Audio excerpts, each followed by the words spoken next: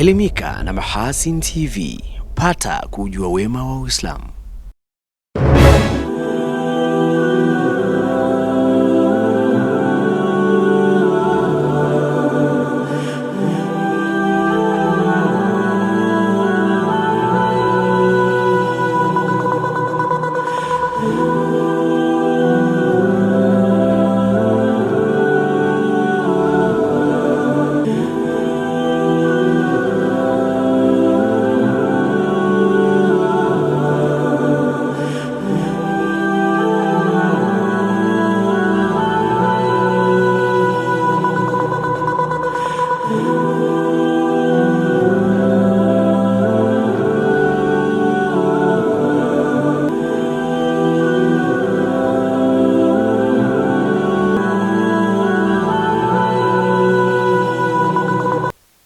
Assalamu alaikum wa rahmatullahi wa barakatuh. Ni yangu matumaini mzima wa siha njema, mtazamaji wa Mahasin TV popote pale ulipo.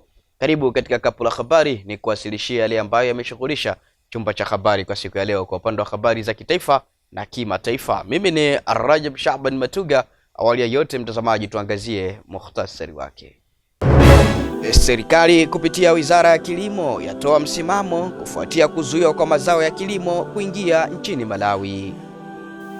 TAWIRI kujenga vizimba kudhibiti wanyama wakali kuokoa maisha ya wananchi wanaoishi pembezoni mwa ziwa Tanganyika. Katika habari za kimataifa, Amnesty International wadai vikosi vya usalama vya Msumbiji vimefanya operesheni ya ukandamizaji kwa takriban miezi mitatu baada ya uchaguzi mkuu wa mwezi Oktoba mwaka jana 2024.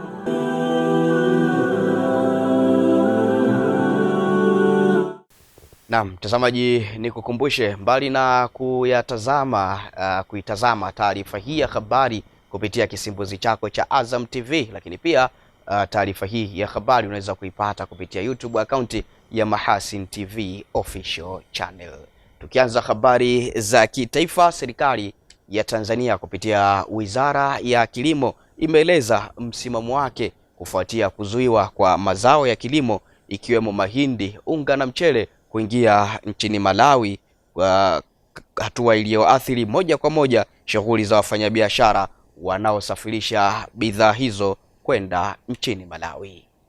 Kupitia kurasa zake za mitandao ya kijamii, Waziri wa Kilimo Hussein Bashe akieleza serikali kupokea rasmi serikali ya Malawi kuzuia kuingia kwa bidhaa hizo, amesema kwa kipindi cha miaka mitano serikali ya Tanzania imekuwa ikifanya jitihada mbalimbali kufungua soko la ndizi nchini Afrika Kusini bila mafanikio, hali inayofanana na changamoto zilizopitiwa zaidi ya miaka 10 katika kufungua soko la parachichi hadi hatua zaidi zilipochukuliwa.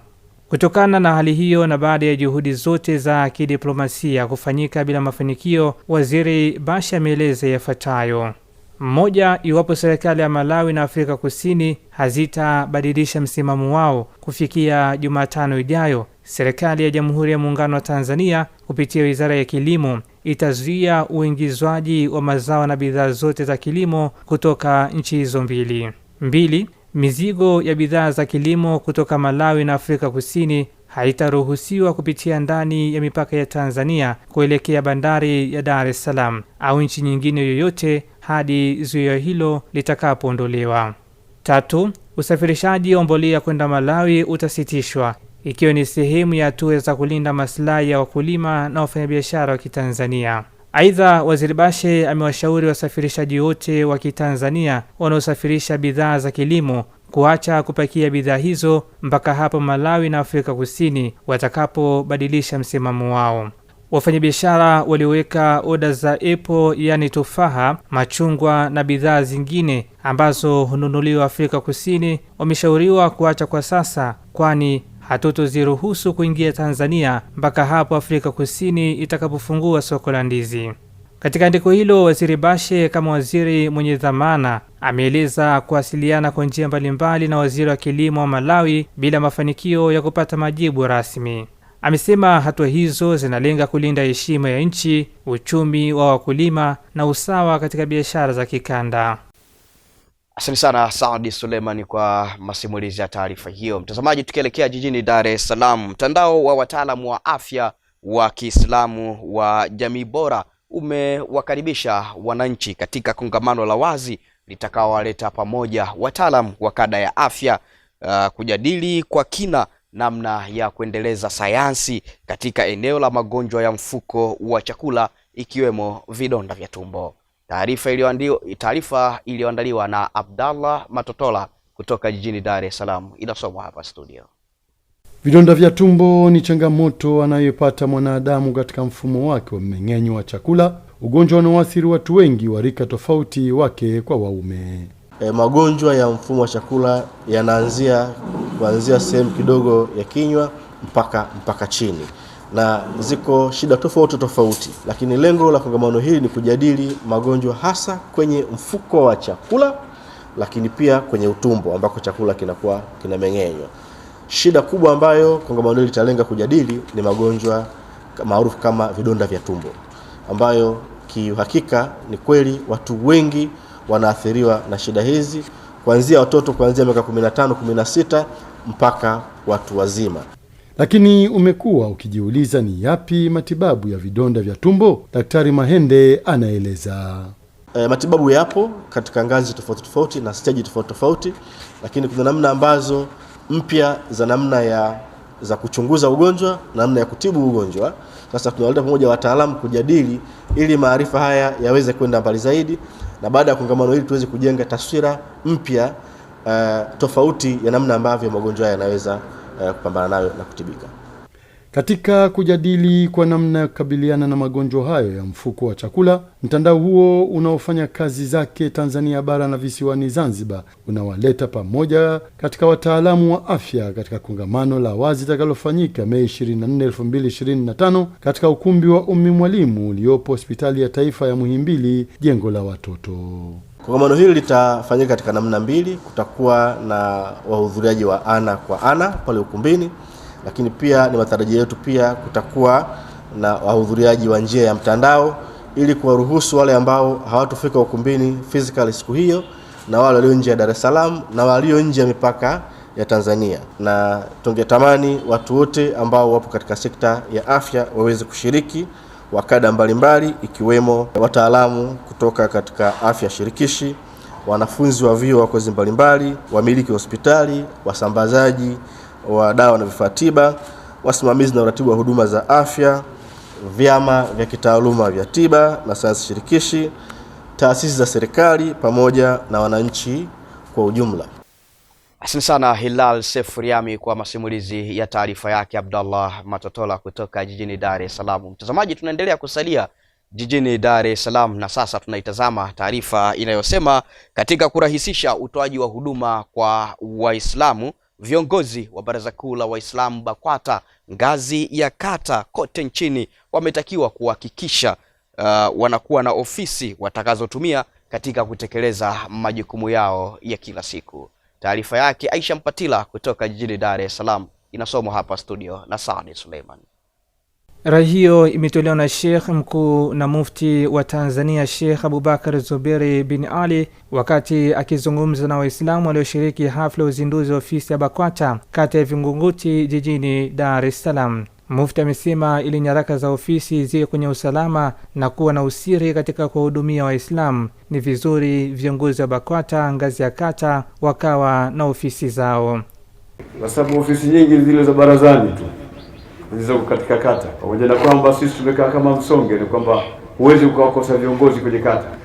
Lakini swali ni moja, je, wana ofisi? Ndio maana nikasema kwamba natoa wito sasa kwa nchi nzima, kama kuna kata haina ofisi, ianze kufanya harakati na mchakato wa kutafuta ofisi, kwa sababu Waislamu wako huku chini kwenye kata. Hawa watu wa wilaya na mkoa wao wanategemea kwenye kata, kwa sababu kwenye kata ndio kwenye watu. Kwa hiyo kila kata ihakikishe kuwa ina ofisi. Pamoja na kufanikiwa kufungua ofisi hiyo, BAKWATA kata ya Vingunguti bado inakabiliwa na changamoto mbalimbali katika kuhudumia Waislamu wa kata hiyo. Mgeni rasmi, changamoto kubwa tulionayo BAKWATA kata ya Vingunguti ni ukosefu wa ofisi kubwa ya kuhudumu itakayojumuisha department zote za kiuongozi, kwa maana BAKWATA, JUAKITA na UVIKIBA, pamoja na kumbi za kuendeshea mikutano na vikao mbalimbali, halmashauri na shughuli zote za BAKWATA. Miongoni mwa matarajio ni kuanzisha hospitali ya BAKWATA kata, kuanzisha shule ya Kiislamu ya BAKWATA kata, kuanzisha miradi mbalimbali ya kimaendeleo kwa ajili ya kuwanyanyua wanaotumikia Uislamu katika kata yetu, wakiwemo walimu wa madaris, maimamu, mashekhe na hata wajane na mayatima pamoja na mamalishi wa Kiislamu. Uwepo ofisi hiyo ni faida kubwa si kwa Waislamu tu bali hata kwa serikali, ikitajwa kuwa chachu ya uwepo wa amani kwa kushughulikia baadhi ya changamoto katika ngazi ya awali. Ujenzi na ufunguzi wa ofisi hii ya BAKWATA ya kata hii ya Vingunguti inaenda kupelekea uwepo wa amani katika kata hii yote ya Vingunguti, Mnyamani na kata zote zinazozunguka. Watoto wetu wataendelea kufundishwa vyema kwa usimamizi wa ofisi kwenye madrasa na kwenye shule mbalimbali za msingi na za sekondari, kwa sababu usimamizi wa kiutendaji utakuwa karibu na maeneo. Na mimi nikuhakikishie, kwa kushirikiana na mstahiki meya, tutaendelea kuwa karibu. Kata hii ya Vingunguti haikuwa hivi. Kata ya Vingunguti, tuzungumze tu ule ukweli, ni kwamba ni kata ambayo ilikuwa imegawanyika vipande, lakini uwepo wa Sheikh Abbas katika nafasi ya shekhe wa kata ndio unaona jitihada zote hizi zinapatikana. Kwa hivyo ni mtu madhubuti sana na ni mtu makini anayefikika. Asante sana Saudi Sulemani kwa masimulizi ya taarifa yake Aisha Mpatila kutoka jijini Dar es Salaam. Mtazamaji, kwa taarifa hiyo inatupa fursa kutoka mkoani Dar es Salaam, na sasa tunaelekea kanda ya magharibi kutoka huko mkoani Kigoma. Katika juhudi za kukabiliana na changamoto ya muda mrefu ya mwingiliano kati ya binadamu na wanyama pori waharibifu na wakali, ikiwemo viboko na mamba, serikali kupitia Wizara ya Maliasili na Utalii inatekeleza mpango wa ujenzi wa vizimba katika maeneo mbalimbali ya mialo hapa nchini. Taarifa yake Emmanuel Matinde kutoka mkoani Kigoma inasomuliwa hapa studio na Hilal Sefuriami. Katika mwaka wa fedha 2024-2025, serikali imetenga kiasi cha shilingi bilioni 1 kwa ajili ya kufanikisha ujenzi wa vizimba hivyo katika jumla ya wilaya 91 kote nchini, ambapo utekelezaji wa mpango huu umeelekezwa kwa Taasisi ya Utafiti wa Wanyamapori Tanzania TAWIRI chini ya usimamizi wa Wizara ya Maliasili na Utalii. Mtafiti kutoka TAWIRI Dr. Idi Lipende amesema katika mpango huo wilaya 18 zenye changamoto kubwa zaidi ikiwemo wilaya ya Uvinza mkoani Kigoma zimepewa kipaumbele. Matumizi ya vizimba ni kwa wananchi wanapoingia kwa ajili ya shughuli zao, wanaingia humu ndani, na wakiingia humu ndani watachota maji wakiwa salama, kwa kuwa umeona uzio umejengwa ukiwa ndani ya maji na mpaka nchi kavu. Kwa hiyo hakuna mwananchi ambaye ataathirika wakati yuko katika hili eneo. Hii itatuondolea changamoto kwa watoto pamoja na akina mama ambao tumeona kwa asilimia kubwa, asilimia kama 46 yao hufa katika matukio haya ya mamba na viboko. Mfano wilaya ya Uvinza mwaka huu 2025 watu 5 tayari wameshaliwa na mamba. Achana na walioathirika kwa kugongwa na viboko na watu walioathirika na tembo, watu 5 wamekufa kuanzia Januari mpaka hii Machi. Wakazi wa vijiji vya Ilalangulu na Chagu vilivyoko kando kando ya ziwa Nyamagoma ni miongoni mwa waathirika wakuu. Wanategemea ziwa hilo kwa maji na shughuli za uvuvi, lakini mara kwa mara wamekuwa wakishambuliwa na wanyama wakali kutoka hifadhi ya Kigosi na Muyowosi. Mimi ilikuwa majira kama ya asubuhi saa 4, nikawa nimechukua vifaa vyangu vya uvuvi, nikawa nimeenda kuvua. Bahati mbaya sikujua yule boko yuko maeneo gani, akawa amenivamia, kapiga mtumbu, nikazama maji, kaning'ata na meno. Kwanza awali yote tunashukuru serikali kwa kutuwekea kizimba, kwa sababu tumekuwa tunapata changamoto ya wanyama wakali na tumepoteza ndugu zetu, lakini nafikiri kwa kupitia hili swala la hiki kizimba tunashukuru sana serikali. Nafikiri itakuwa tumepunguza hivyo vifo pamoja na majeruhi. Ushauri serikali na naiomba serikali ituweze kutufanyia mpango au njia mbadala, kutupatia maji, aidha mabomba ya maji au kutuchimbia visima virefu kwa ajili ya kupata maji ili tuepukane na kuja huku Forozani. Matarajio ya wakazi wa vijiji hivyo kwa sasa ni kuona huduma ya maji safi pia ikiwafikia ili kupunguza utegemezi wa huduma ya maji katika maeneo hatarishi kama ziwa Nyamagoma. Naam, sana Hilal Sefuriami kwa masimulizi ya taarifa yake Emmanuel Matinde kutoka mkoani Kigoma. Mtazamaji, tunatoka mkoani Kigoma na tukirejea hapa jijini Mwanza kutoka hapa katika studio za Mahasin TV tuiangazie ziara ya walimu wa shule ya awali na msingi Manara iliyopo mkoani Kigoma ambao wamefanya ziara maalum katika studio za Mahasin TV. Pamoja na mambo mengine, walimu hao wamepongeza juhudi zinazofanywa na Mahasin TV katika kuelimisha jamii na kuhimiza Waislamu na wananchi kuweza kuichangia Mahasin TV kuhakikisha juhudi hizi zinaendelea. Mwapongeze kwa kazi kubwa ambayo wanaifanya. Ukiwa nje hapa huwezi kutambua kazi kubwa ambayo inafanyika hapa kuhakikisha maudhui bora inafika kwa waumini wote wanaopatikana ndani na nje ya Tanzania hii. Na tumetembezwa katika sehemu tofauti tofauti ndani ya kituo hichi. Tumeona namna vipindi vinavyoandaliwa, sehemu vinaporushwa. Kwa kweli tumepata faida kubwa sana katika safari yetu hii. Tumefika hapa Mahasin TV kwa lengo la kujifunza na kujua mambo mbalimbali yanayoendelea katika chaneli hii ya Mahasin TV. Tumejifunza kuanzia mwanzo tulipoweza kuingia hapa. Wafanyakazi wa hapa wametupokea vizuri na pia tumeelekezwa ni namna gani mitambo inavyoweza kufanya kazi. Mara baada ya walimu hao kushuhudia kazi kubwa ya uzalishaji maudhui inayofanyika na namna ambavyo vifaa vinavyofanya kazi, wametoa wito kwa jamii kuwa wepesi katika kuichangia Mahasin TV ili jamii izidi kunufaika na elimu kubwa inayotolewa kupitia Mahasin TV. Mahasin TV ni moja ya TV bora na yenye maudhui na muonekano bora. Swala hili halipatikani isipokuwa ni kwa namna ambayo ilijiratibu kwa kutafuta na kuainisha na kuendesha vifaa bora na vya kisasa. Na vifaa hivi vinahitaji gharama za aina mbalimbali ikiwemo umeme na matengenezo ya hapa na pale. Tunatoa wito kwa Waislamu wote wanaotazama na hata wasiokuwa Waislamu kuendelea kutengeneza utaratibu wa kuendelea kusapoti kwa namna moja ama nyingine. Kwa namna nilivyoona vinaendeshwa kwa gharama kubwa sana. Kwa hiyo shima alaikum Waislamu, tunatakiwa tujitahidi kuwekeza katika vyombo vyetu vya habari. Ni wito kwa Waislamu wote kuweza kuchangia chaneli hii ya Mahasin TV ili iweze kuendelea na kufikisha ujumbe kwa Waislamu wote. Naam, mtazamaji, kwa taarifa hiyo kutoka ndani ya studio za Mahasin TV ndio tamati ya kapu la habari kwa habari za kitaifa. Napoza kwa sekunde chache punde nitarejea tena hapa na kuweza kumwalika Saadi Suleiman ambaye atakuja na yale yaliyotuandalia kwa upande wa habari nje ya mipaka ya Tanzania. Endelea kubaki nami. Mahasin TV channel namba 455 katika kingamuzi cha Azam.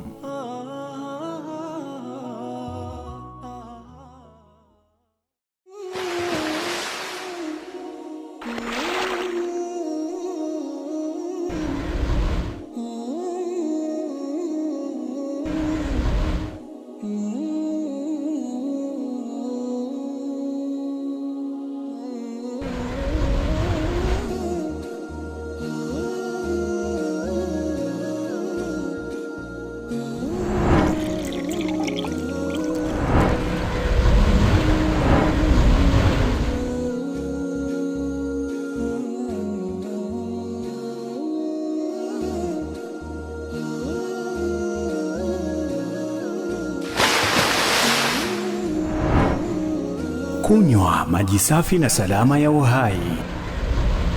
Bidhaa bora ya Bakhresa.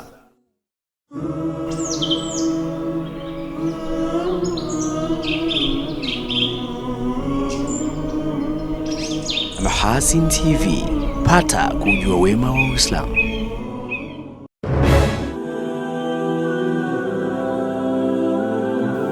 Asante sana mtazamaji wa Mahasin TV kwa kuendelea kwa nami ndani ya kapu la habari, na shukrani sana kwa kuendelea kuichagua Mahasin TV, pata kujua wema wa Uislamu. Na sasa mtazamaji, ni wakati wake Saadi Suleiman kwa upande wa habari za kimataifa.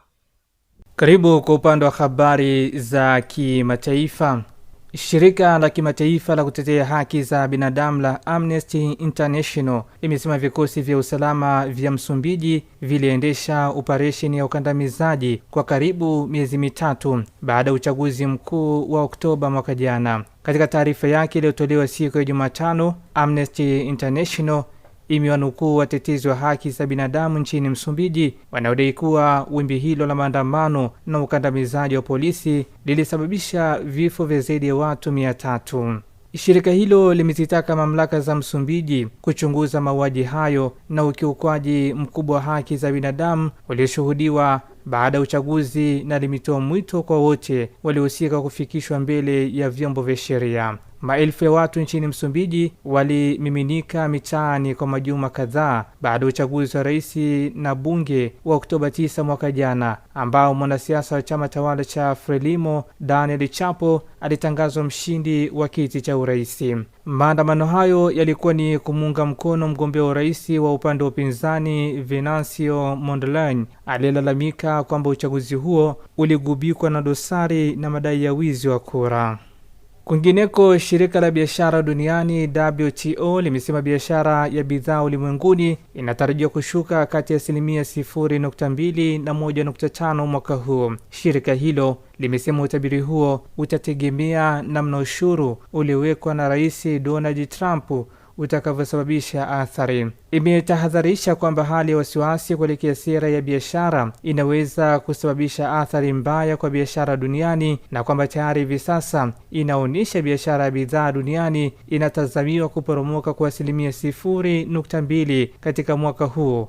Shirika hilo la biashara duniani limesema ushuru uliotangazwa na Marekani unaweza kusidisha hali hiyo kuwa mbaya zaidi na biashara kushuka hadi 1.5. Na tuzitamatishe habari za kimataifa.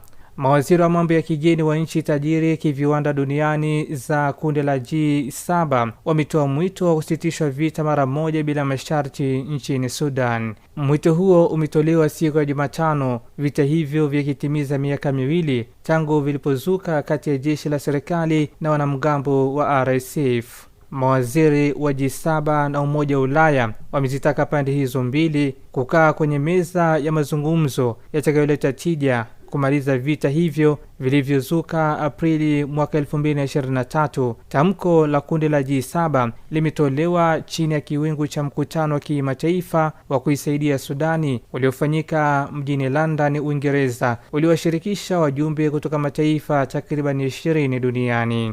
Ujerumani, ambayo ni miongoni mwa nchi za kundi la G7, iliahidi kutoa dola milioni 142 kwa ajili ya kuisaidia Sudani na mataifa jirani. Katika mkutano huo wa London, mashirika mengi ya msaada yamelalamika juu ya kupuuzwa mgogoro huo duniani. Saadi Suleiman, Mahasin TV. Asante sana Saadi Suleiman kwa yale ambayo umetuandalia na kutosimulia kwa upande wa habari za kimataifa. Mtazamaji, kabla sijaweza kuweka utuo na kuhitimisha kapu la habari kwa siku ya leo, tuangazie mukhtasari miongoni mwa yale tuliyokuwa nayo leo hii. Serikali kupitia Wizara ya Kilimo yatoa msimamo kufuatia kuzuiwa kwa mazao ya kilimo kuingia nchini Malawi. TAWIRI kujenga vizimba kudhibiti wanyama wakali kuokoa maisha ya wananchi wanaoishi pembezoni mwa ziwa Tanganyika. Katika habari za kimataifa, Amnesty International wadai vikosi vya usalama vya Msumbiji vimefanya operesheni ya ukandamizaji kwa takriban miezi mitatu baada ya uchaguzi mkuu wa mwezi Oktoba mwaka jana 2024. Naam, mtazamaji, kwa nukta hiyo ndio tamati ya kapu la habari kwa siku ya leo. Kwa taarifa yetu nyingine ya habari, usikose kuungana nasi hapo kesho insha Allah, muda na wasaa kama huu. Kwa niaba ya wale wote tulioshirikiana pamoja kukamilisha kapu la habari, mimi ni Rajab Shaban Matuga niliyesoma habari za kitaifa, na kwa upande wa habari nje ya mipaka ya Tanzania tulikuwa naye Saadi Suleiman. Nikutakia utazamaji mzuri wa vipindi mbalimbali vinavyofuata kutoka hapa Mahasin TV. Pata kujua wema wa Islam. Wabillahi tawfiq. Wassalamu alaikum wa rahmatullahi wa barakatuh. Asanteni na kwaherini kwa sasa.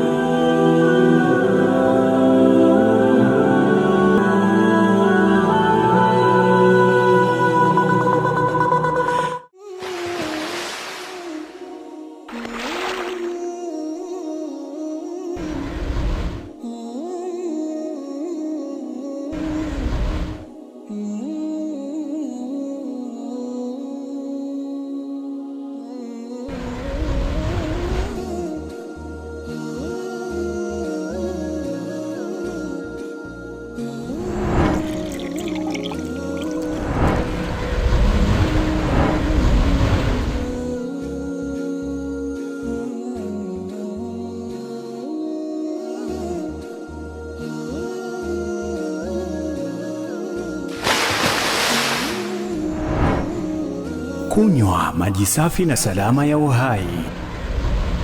Bidhaa bora ya Bakhresa.